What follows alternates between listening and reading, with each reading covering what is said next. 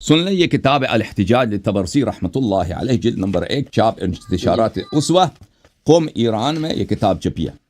یہاں پہ صفحہ نمبر 304 میں روایت فرماتے ہیں کہ حضرت امام جعفر صادق علیہ السلام اپنے والد گرامی اپنے جد سے روایت کرتے ہیں کہ امیر المؤمنین علیہ الصلاۃ والسلام جب ابو بکر کے ساتھ لوگوں نے بیعت کی تو وہ امیر المؤمنین علیہ السلام ابو بکر سے بات نہیں کرتے تھے، ناراضگی کا اظہار کرتے تھے، اور ابو بکر ہمیشہ ان کے ساتھ مسکراہٹ کے ساتھ اور محبت کے ساتھ پیش آتے تھے تاکہ ان کو راضی کیا جائے۔ اور ایک دن انہوں نے کہا کہ آپ کیا وجہ ہے، کہ یہ تو میری گناہ نہیں ہے، لوگوں نے مجھے مجبور کیا، میں نے خلافت قبول کی ہے، اب میں نے پیغمبر صلی اللہ علیہ وسلم کے بعد لوگوں نے مجھے یہ ذمہ داری سونپی، آپ کیوں ناراض رہتے ہیں؟ تو امیر المؤمنین علیہ الصلاۃ والسلام نے اس وقت ابو بکر سے کہا کہ فما حملك عليهم اذ لم ترغب فيه ولا حرصت عليه ولا وثقت بنفسك في القيام به۔ تو امیر المؤمنین علیہ السلام نے فرمایا کہ ابو بکر، آپ کہہ رہے ہیں کہ آپ نے اس ذمہ داری کے آپ مشتاق نہیں تھے اور آپ کو اس ذمہ داری کو لینا بھی نہیں چاہتے تھے، اور اس کی کام بھی بہت زیادہ ہے، آپ کے لیے بہت مشکل کام ہے، تو آپ نے قبول کیوں کیا؟ جب آپ چاہتے ہی نہیں تھے اور آپ کی یہ ذمہ داری آپ اس بوجھ کو آپ اٹھا بھی نہیں سکتے، تو آپ نے قبول کیوں کیا؟ تو ابو بکر نے کہا اس وقت، میں نے رسول پاک صلی اللہ علیہ وسلم سے سنا ہے، ان اللہ لا یجمع امتی علی ضلال فلما رأیت اجماعهم اتبعت قول النبی صلی اللہ علیہ وآلہ واحلت ان یکون اجماعهم على خلاف الهدى من الضلال فاعطیتهم قود الاجابه ولو علمت ان احدا يتخلف لم تنعت۔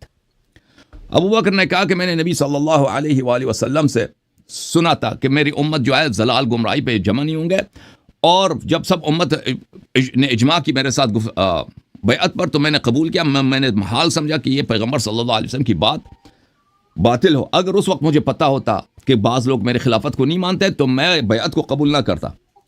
تو امیر المؤمنین علیہ الصلاۃ والسلام نے ابو بکر سے پوچھا، اما ما ذکرت من حدیث النبی صلی اللہ علیہ وآلہ وسلم ان اللہ لا یجمع امتی علی ضلال افکنت من الامت ام لم اکن؟ قال بلا۔ ابو بکر، آپ کہتے ہیں کہ پیغمبر صلی اللہ علیہ وسلم کی اس حدیث کی وجہ سے کہ امت ضلالت پہ اجماع نہیں کرتی، میں اس امت میں سے ہوں یا نہیں ہوں؟ آپ اجماع کریں کہ پوری امت نے مجھ سے بیعت کی ہے، میں اس امت میں سے ہوں یا نہیں ہوں؟ کہاں کہ آپ ہیں۔ پھر فرمایا وَكَذَلِكَ الْعِصَابَةُ الْمُمْتَنِعَةُ عَنْكَ مِنْ سَلْمَانَ وَعَمَّارٍ وَأَبِي ذَرٍ وَالْمِقْدَادِ وَابْنِ عِبَادَةٍ وَمَنْ مَعَهُ مِنَ الْأَنصَارِ، اس کے علاوہ جن لوگوں نے آپ سے بیعت نہیں کیا، سلمان، ابو ذر، مقداد، سعد ابن عبادہ، اور سعد ابن عبادہ کے جتنے ساتھی ہیں انصار میں سے آپ کے ساتھ بیعت نہیں کی، وہ اس امت میں سے نہیں ہیں۔ ابو بکر نے کہا جی ہاں، وہ سب اسی امت میں سے ہیں۔ فقال علی علیہ السلام فكيف تحتج بحديث النبي صلی اللہ علیہ وآلہ وسلم وان هؤلاء قد تخلفوا عنك؟ تم نبی صلی اللہ علیہ وسلم کی اس امت سے کہ میری امت ضلالت پہ اجماع نہیں کرتی، آپ اس سے کیسے دلیل لاتے ہو جب پوری امت آپ پہ مجتمع نہیں ہے؟ اتنے بڑے بڑے صحابہ ان لوگوں نے آپ سے بیعت کرنے سے انکار کر دیا، میں نے انکار کیا ہے۔ اچھا، پھر ابو بکر کے ساتھ بات چلتا رہا، میں پورا حدیث آپ کے لیے نہیں پڑھتا۔ ابو بکر نے کہا، ابو بکر سے پوچھا کہ آپ سنیں نا، امیر المؤمنین علیہ السلام نے ابو بکر سے پوچھا کہ ایک شخص اگر خلیفہ بنتا ہے تو اس میں کون سے صفات ہونی چاہیے؟ ابو بکر نے کہا نصیحہ، خلوص، وفا، دفع المداہنہ، اس میں سستی نہ ہو، والمحابات وحسن السیرہ واظہار العدل والعلم بالکتاب السنہ والفصل فی الخطاب مع الزہد فی الدنیا وقلۃ الرغبۃ فیہا وانتصاف المظلوم من الظالم للقریب والبعید ثم سکت۔ یہ صفات اس نے بتا دیا۔ اب عربی کے صفات ہیں، میں ترجمہ نہیں کرتا، وقت لگے گا، آپ توجہ کریں گے تو پتہ چلے گا۔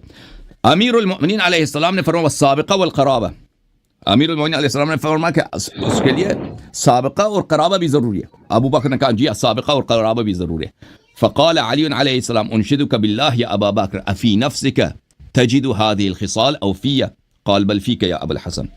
امیر المؤمنین علیہ السلام نے ابو بکر سے پوچھا کہ ابو بکر تو نے جتنے صفات گنتی کیا، علم بالکتاب والسنہ، عدل، حسن السیرہ، فلان فلان فلان، یہ خصال تجھ میں ہے یا مجھ میں؟ تو انصاف سے بتا۔ ابو بکر نے کہا بل فیک یا ابا الحسن، یہ سب صفات مجھ میں نہیں، آپ میں۔ قال فأنشدك بالله أنا المجيب لرسول الله صلی اللہ علیہ وآلہ وسلم قبل ذکران المسلمین ام انت. اے ابو بکر مجھے بتا دے کہ جب کوئی دنیا میں کوئی مسلمان نہیں تھا، پیغمبر صلی اللہ علیہ وآلہ وسلم کے ساتھ کون تھا سب سے پہلا ایمان لانے والا کون تھا؟ کوئی مسلمان ان کے ساتھ نہیں تھا. قال بل وہ آپ تھے یا میں تھا؟ ابو بکر نے کہا بل انت، آپ تھے. قال فانشدک باللہ انا صاحب الاذان لاهل الموسم والجمع الاعظم للامه بسوره براء ام انت؟ قال بل انت. اے ابو بکر مجھے بتا کہ اس وقت جب رسول پاک صلی اللہ علیہ وسلم پہ سورہ براء نازل ہوئی کہ مکے میں آپ جا کے اعلان کر رہے ہیں کفار مشرکین کے درمیان جا کر موسم حج میں کہ اس کے بعد یہاں پہ مکے میں کسی مشرک کے آنے کی اجازت نہیں ہے. اور اس زمانے میں مکے میں مشرکین کی اکثریت تھی اور جو شخص اعلان کرتا اس کے قتل ہونے کا بھی امکان تھا. وہ کون تھا جس کو یہ اعزاز ملا کہ مکے میں جا کے اعلان کرے؟ وہ آپ تھے یا میں؟ ابو بکر نے کہا بل انت. فانشدک باللہ انا وقیت رسول اللہ صلی اللہ علیہ وآلہ بنفسی یوم الغار ام انت. ابو بکر مجھے بتا کہ رسول پاک صلی اللہ علیہ وآلہ وسلم کے بستر مرگ پر کہ وہاں پہ شہادت نصیب ہوتی ہے، شب ہجرت اپنی جان وہاں پہ سینے میں جان وہاں پہ تلواروں کے نیچے لٹا کر وہ کون تھا جس نے رسول کی جان بچائی؟ وہ آپ تھے یا میں تھا؟ اچھا یہ روایات بہت زیادہ ہماری کتب میں، اور ابو بکر کی مذمت اور امیر المؤمنین علیہ الصلوۃ والسلام کے مختلف الفاظ، اگر آپ اجازت دیں تو میں آپ کو بتا دیتا. میری بات سنیں. جی جی